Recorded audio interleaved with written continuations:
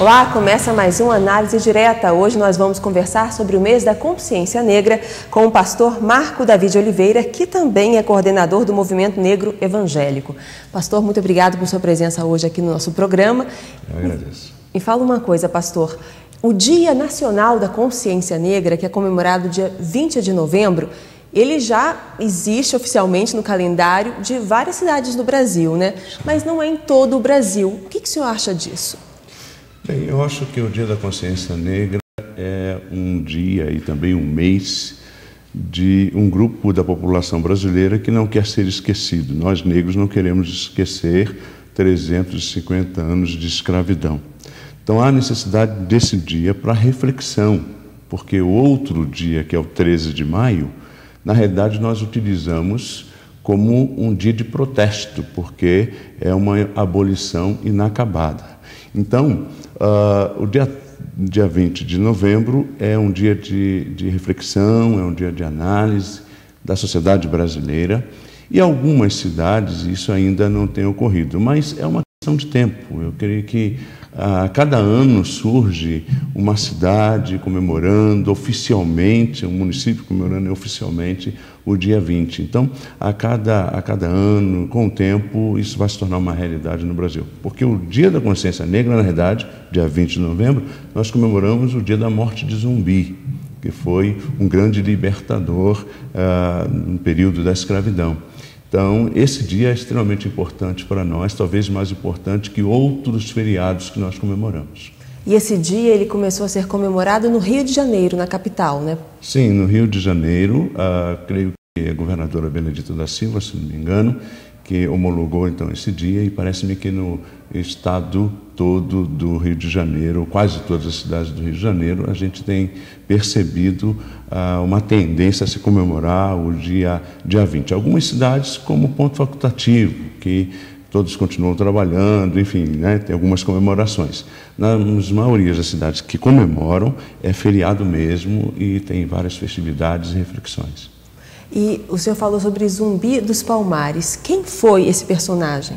Sim, o Zumbi dos Palmares, ele no Recife criou um quilombo com uma perspectiva totalmente diferente do que tinha na sociedade, criou um governo meio diferenciado, e ele foi então, juntamente com essas pessoas que estavam com ele nesse quilombo, morto, foi assassinado, cabeça cortada, enfim, uma coisa meio brutal. E a partir dali muitos outros quilombos foram surgindo. Para você ter uma ideia, aqui em São Paulo são 85 quilombos e em todo o Brasil mais de 2.000 quilombos. Então há uma África subjacente em nosso país, e alguns quilombos parecem muito com a África mesmo. É algo extraordinário. Não conseguiram resistir, mesmo que havia toda uma força para destruir esses quilombos. Hoje ainda nós temos o Vale do Ribeira, por exemplo, tem vários quilombos, e as lutas desses irmãos é muito grande, porque estão buscando tirar a terra deles, enfim, as terras, e tirá-los de lá, empresas, tentativa de criar barragens e tudo. Então, tem sido uma luta ainda dos negros que fugiram dos nossos antepassados, criando esses quilombos, comunidade de negros, assim poderia dizer. É porque quando a gente fala no mês da consciência negra, na importância da igualdade social, a gente pensa mais no mercado de trabalho, nos centros urbanos, e a gente esquece dessas comunidades quilombolas, realmente, sim. Que ainda lutam para ter a demarcação da própria terra, né? Porque dali consegue produzir o seu alimento, fazer artesanato, que existem muitas mulheres quilombolas que fazem esse artesanato para se sustentar e sustentar a comunidade, né? Então a gente esquece muito isso. Hoje, o negro que está aqui, por exemplo, na capital paulista, lembra do companheiro negro que está no sertão da Bahia, por exemplo? Sim, o movimento negro é extremamente articulado. Inclusive, está havendo agora um período do Congresso de Negras e Negros do Brasil. Começou em Belo Horizonte, esteve aqui em São Paulo, vai acontecer no Pará em janeiro, depois vai para Porto Alegre e terminará em Salvador. Então, o movimento negro é extremamente articulado e é muito interessante porque foi um grupo de resistência. Se não tivesse o movimento negro, e aí como que o movimento negro é formado por várias organizações sociais, se não tivesse esse movimento negro, eu creio que os negros hoje não estariam no mínimo que estão hoje, né? Nós precisamos de mais referências, ter alguns lugares, ocupar alguns lugares importantes, mas mesmo assim, se não fosse esse foco de resistência, a situação era bem pior. E como que o senhor, puxando justamente da resposta que o senhor acabou de me dar, como que o senhor analisa o perfil hoje, o papel do negro na sociedade brasileira?